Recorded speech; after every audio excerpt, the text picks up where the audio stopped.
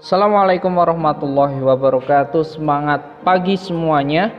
Alhamdulillahirrahmanirrahim. Pada kesempatan kali ini saya sangat senang sekali karena bisa kembali lagi di dalam kelas online di mata pelajaran pendidikan Pancasila dan Kewarganegaraan. Pada materi kali ini kita akan belajar mengenai prinsip demokrasi di Indonesia dan juga periodisasi perkembangan demokrasi Pancasila. Sebelum pembelajaran dimulai, silakan disiapkan terlebih dahulu buku tulis, alat tulis, dan juga buku cetak kalian. Bisa dibuka di halaman 45 terkait dengan prinsip demokrasi di Indonesia. Nah, setelah kemarin kalian Pak Andi tugaskan ya, Indonesia sebetulnya menggunakan demokrasi apa sih? Apakah Indonesia menggunakan paham demokrasi di dalam pemerintahannya? Jawabannya adalah iya, Indonesia menganut paham demokrasi. Lebih spesifikasinya adalah demokrasi Pancasila. Dan ada beberapa hal yang menyebabkan Indonesia menggunakan demokrasi Pancasila. Yang pertama adalah kita selalu menggunakan sistem musyawarah mufakat untuk memutuskan sesuatu atau menyelesaikan suatu permasalahan.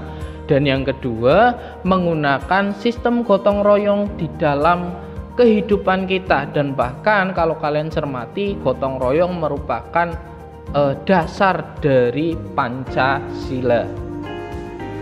Nah, kemudian untuk dasar dari demokrasi itu sendiri di dalam Pancasila disebutkan dalam sila keempat, yaitu kerakyatan yang dipimpin oleh hikmat kebijaksanaan dalam permusyawaratan perwakilan. Ini pasti semuanya sudah paham kan ya? Nah, ada 10 prinsip demokrasi. Negara yang menganut paham demokrasi harus memiliki 10 prinsip ini. Yang pertama adalah demokrasi yang harus berketuhanan yang Maha Esa.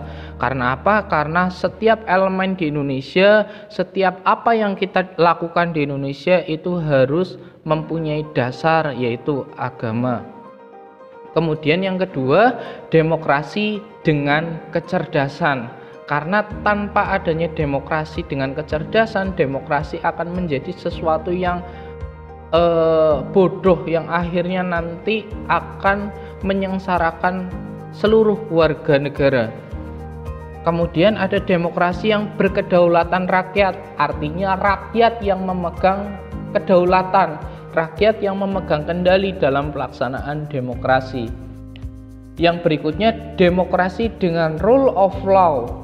Artinya dengan hukum yang benar-benar dijalankan dengan adil, tidak memihak, dan juga benar-benar hukum itu dijadikan sebagai alat untuk melindungi kita sebagai rakyat. Kemudian berikutnya adalah demokrasi dengan pemisahan kekuasaan negara. Maksudnya di sini adalah pemisahan kekuasaan dalam hal pemerintahan, eksekutif, legislatif, dan juga yudikatif. Namun di dalam pelaksanaannya tetap harus ada check and balance, harus ada pengawasan antara eksekutif, legislatif, dan juga yudikatif. Kemudian demokrasi wajib harus dengan hak asasi manusia. Karena apa? Karena penghormatan hak asasi manusia merupakan suatu yang wajib ada di sebuah negara yang menganut paham demokrasi. Berikutnya adalah demokrasi dengan pengadilan yang merdeka, artinya tidak memihak ke suatu pihak, entah itu yang kaya, entah itu yang punya jabatan, tidak, semua sama di depan hukum. Berikutnya adalah demokrasi dengan otonomi daerah. Kalian pasti sudah tahu bahwasanya Indonesia negara yang luas. Indonesia merupakan negara yang tidak bisa disentralisasikan di pusat saja.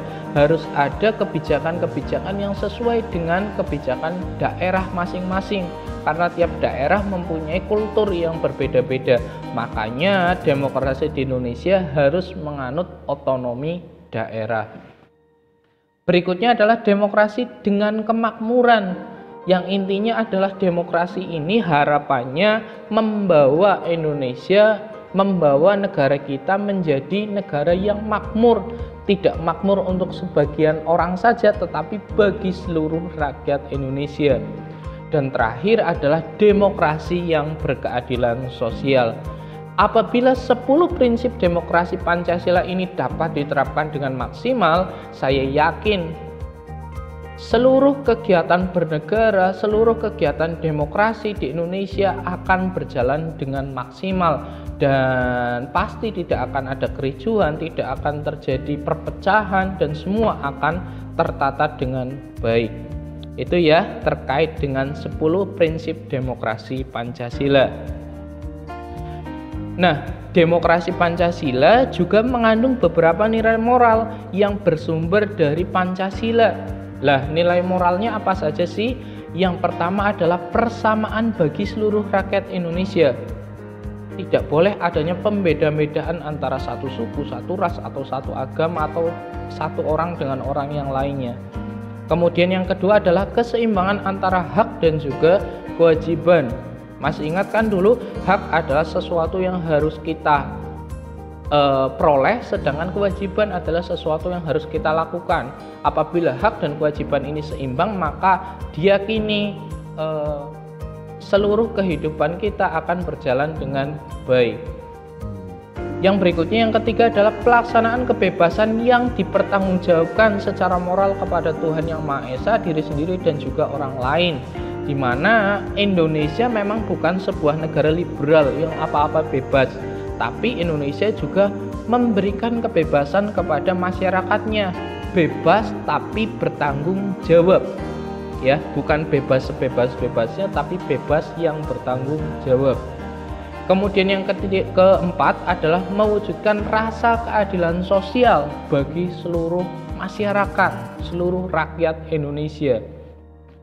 Kemudian yang kelima adalah pengambilan keputusan harus dengan musyawarah mufakat. Dan apabila keputusan itu sudah diambil, wajib hukumnya bagi kita sebagai masyarakat, sebagai rakyat itu untuk mengikuti keputusan tersebut. Yang berikutnya adalah mengutamakan persatuan nasional dan juga kekeluargaan, dan harus mementingkan persatuan nasional, tidak boleh mengutamakan kepentingan pribadi atau golongan. Kemudian menjunjung tinggi tujuan dan cita-cita nasional yang sudah tercantum dan sudah tertuang di dalam pembukaan Undang-Undang Dasar tahun 1945, tepatnya di alinea ke-4. Ada 4 tujuan dan cita-cita nasional bangsa Indonesia.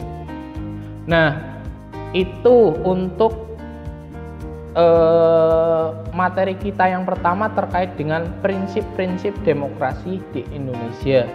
Sekarang kita akan belajar ke periodisasi perkembangan demokrasi Pancasila. Tentu saja demokrasi Pancasila itu tidak semata-mata langsung jadi di Indonesia.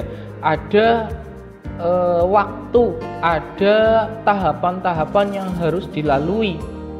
Yang pertama, Pak Andi kemukakan pertanyaan, sejak kapan sih Indonesia menggunakan sistem demokrasi Pancasila? Apakah dari tahun 1945, dari kemerdekaan Indonesia, atau dari sejak kapan? Pertanyaan kedua, apakah secara normatif Indonesia sudah memenuhi kriteria sebagai negara demokrasi? Nah, untuk menjawab itu semuanya, marilah kita belajar ini ya. Dan minggu depan kita akan lanjutkan ke periodisasi tiap berapa tahun sekali. Nah, kalau kalian perhatikan, yang pertama Pak Andi akan bahas yaitu terkait dengan dasar hukum di Indonesia. Tentu saja kalian sudah tahu dasar hukum di Indonesia adalah Undang-Undang Dasar tahun 1945. Perkembangan demokrasi di Indonesia itu dimulai semenjak ini. Kalau kita lihat pasal 1 ayat 2 sebelum diamandemen, bunyinya seperti ini. Kedaulatan adalah di tangan rakyat dan dilakukan sepenuhnya oleh Majelis Permusyawaratan Rakyat. Kedaulatan ada di tangan rakyat dan dilakukan sepenuhnya oleh Majelis Permusyawaratan Rakyat.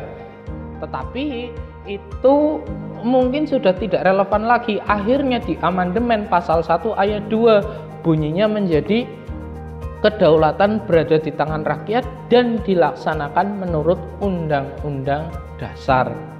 Jadi dulu mungkin Indonesia masih menggunakan demokrasi perwakilan. perwakilan yang benar-benar diwakilkan oleh MPR. Sedangkan sekarang setelah amandemen benar-benar seluruh demokrasi kita berpatokan kepada kedaulatan rakyat. Selain Undang-Undang Dasar tahun 1945, Indonesia juga pernah menggunakan Konstitusi RIS dan juga UUDS tahun 1950. Kedua pasal tersebut juga di dalam pasal 1 mereka mengatakan Indonesia merupakan negara demokrasi. Ya. Walaupun di Republik Indonesia Serikat kita bunyinya seperti ini sih. Republik Indonesia Serikat merdeka dan berdaulat ialah suatu negara hukum yang demokratis dan berbentuk federasi.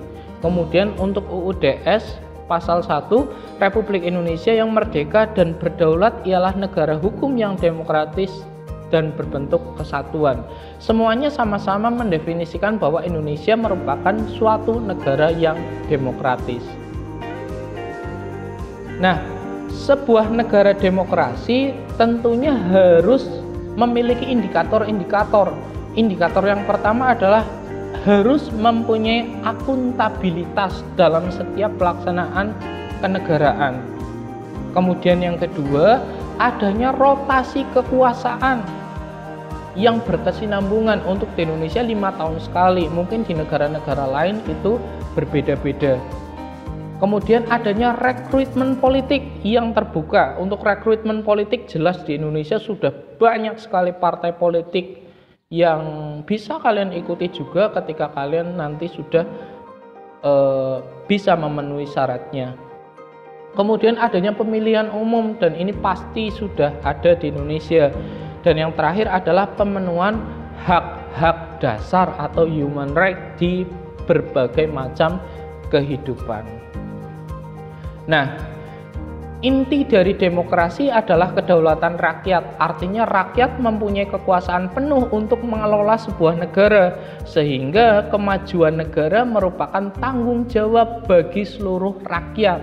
Oleh karena itu, dalam negara demokratis setiap rakyat wajib untuk yang pertama menghargai dan menjunjung tinggi hukum, yang kedua menjunjung tinggi ideologi dan juga konstitusi negara, yang ketiga mengutamakan kepentingan negara dibandingkan kepentingan pribadi atau golongan, yang keempat ikut serta dalam berbagai bentuk kegiatan politik, dan yang terakhir adalah mengisi kemerdekaan dan aktif dalam pembangunan.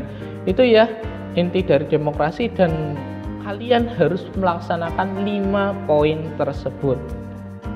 Nah, untuk penugasan ada 2 nomor. Yang pertama, sebutkan 5 prinsip demokrasi Pancasila. Yang kedua, jelaskan perbedaan isi dari pasal 1 ayat 2 sebelum dan setelah amandemen. Baik, itu saja pertemuan pada kesempatan kali ini. Jangan lupa tetap semangat dalam belajar di pelajaran apapun dan tetap jaga kesehatan. Terima kasih. Billahi taufik wal hidayah. Wassalamualaikum warahmatullahi wabarakatuh.